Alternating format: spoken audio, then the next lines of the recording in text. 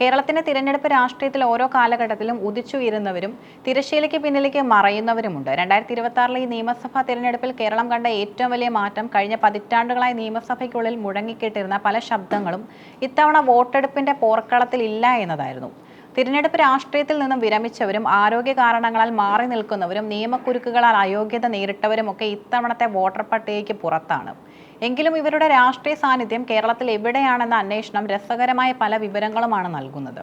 തൊടുപുഴയുടെ കരുത്തനായ നേതാവ് PJ Joseph തിരഞ്ഞെടുപ്പ് രാഷ്ട്രീയത്തിന് പൂർണ്ണ വിരാമമിട്ടു എന്നത് ഇത്തവണത്തെ ഏറ്റവും വലിയ വാർത്തയായിരുന്നു.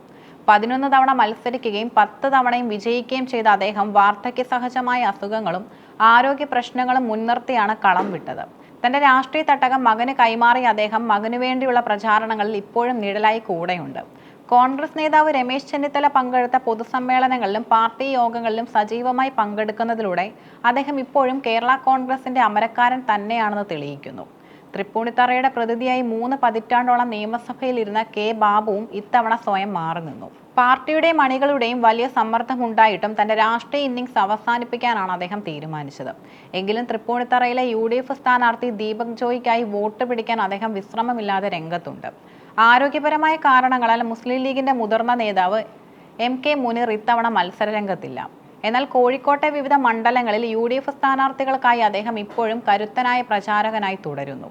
രാഷ്ട്രീയ പ്രവർത്തനം എന്നാൽ കേവലം MLA ആവുക എന്നതല്ല എന്ന് തെളിയിക്കുന്ന പ്രവർത്തന ശൈലിയാണ് അദ്ദേഹം കാഴ്ചവെക്കുന്നത്. തൊണ്ടിമുതൽ കേസിൽ ശിക്ഷിക്കപ്പെട്ടതോടെയാണ് മുൻ മന്ത്രി ആന്റണി രാജുവിന് ഇത്തവണ പത്രിക നൽകാൻ കഴിയാതെ വന്നത്.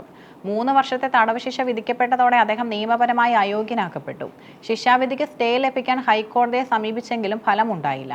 എങ്കിലും LDF സ്ഥാനാർത്ഥികൾക്കായി തിരുവനന്തപുരത്തെ മണ്ഡലങ്ങളിൽ സജീവമായ പ്രചാരകനായി അദ്ദേഹം ഓടി നടക്കുന്നുണ്ട്. 2 തവണയിൽ കൂടുതൽ മത്സരിക്കേണ്ടതില്ലെന്ന CPM തീരുമാനത്തെ തുടർന്ന് സ്പീക്കർ AN ഷംസീറിന് ഇത്തവണ സീറ്റ് ലഭിച്ചില്ല. എന്നാൽ തലശ്ശേരിയിലെ സ്ഥാനാർത്ഥിക്കായി രാജനായും പത്തനാപുരത്ത് ഗണേഷ് കുമാറിനായും അദ്ദേഹം നടത്തുന്ന പ്രസംഗങ്ങൾ ശ്രദ്ധേയമാണ്. മറുവശത്ത് BJP നേതാവ് MT രമേശ് ഇത്തവണ മത്സരരംഗത്തില്ല. തൃശൂരിൽ പത്മജ വേണുഗോപാലിന് വേണ്ടിയും ആറന്മുളയിൽ പാർട്ടിക്കായി പിന്നണിയിൽ നിന്നുള്ള തന്ത്രങ്ങൾ മെനയുന്ന കൺവീനർ റോളിലാണ് അദ്ദേഹം ഇപ്പോൾ തിളങ്ങുന്നത്. രാഹുൽ മാങ്കൂട്ടത്തിൽ, എൽദോസ് കുന്നപ്പിള്ളി എന്നിവർക്ക് സീറ്റ് നിഷേധിക്കപ്പെട്ടത് UDF അണികൾക്കിടയിൽ വലിയ ചർച്ചയായിരുന്നു. രാഹുൽ മാങ്കൂട്ടത്തിൽ പാലക്കാട് മണ്ഡലത്തിൽ നടൻ രമേശ് പിഷാരടിക്കായി ശക്തമായ സൈബർ പ്രത്യക്ഷ പ്രചാരണങ്ങൾക്ക് നേതൃത്വം നൽകുന്നു. സരിനാകട്ടെ ഇടതുപക്ഷത്തിന്റെ സൈബർ പോരാളിയായി പാലക്കാട് തന്ത്രങ്ങൾ മെനയുകയാണ്. നടൻ മുകേഷിന് ഇത്തവണ കൊല്ലത്ത് സീറ്റ് നൽകിയില്ല. ലൈംഗിക ആരോപണങ്ങളും സിനിമയുമായി ബന്ധപ്പെട്ട തിരക്കുകളും ഇതിന് കാരണമായെന്നാണ് വിലയിരുത്തപ്പെടുന്നത്. കഴിഞ്ഞ തവണ വോട്ട് പിടിക്കാൻ തമാശകൾ ഉപയോഗിച്ച മുകേഷ് ഇത്തവണ പൊതുവേദികളിൽ നിന്ന് അല്പം മാറി സിനിമാ തിരക്കുകളിലേക്കും മറ്റും നീങ്ങിയിരിക്കുകയാണ്. തിരഞ്ഞെടുപ്പ് ചിത്രത്തിൽ പേരില്ലെങ്കിലും ഇവരെല്ലാം കേരള രാഷ്ട്രീയത്തിന്റെ ചാലകശക്തികളായി ഇപ്പോഴും തുടരുന്നു.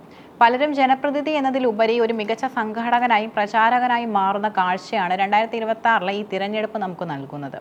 മെയ് മാസത്തിൽ തിരഞ്ഞെടുപ്പ് ഫലം വരുമ്പോൾ ഇപ്പോൾ തിരശ്ശീലയ്ക്ക് പിന്നിൽ നിന്ന് നടത്തിയ നിരീക്ഷണങ്ങൾ എത്രത്തോളം ഫലപ്രദമായെന്ന് ഓരോ മണ്ഡലത്തിലെയും വോട്ട് വിഹിതം വ്യക്തമാക്കി തരും. രാഷ്ട്രീയക്കാരൻ എന്നും രാഷ്ട്രീയക്കാരൻ തന്നെയാണെന്നും പദവികളല്ല അവരുടെ പ്രവർത്തനത്തെ നിശ്ചയിക്കുന്നതെന്നും ഈ നേതാക്കൾ തെളിയിച്ചുകൊണ്ടിരിക്കുന്നു.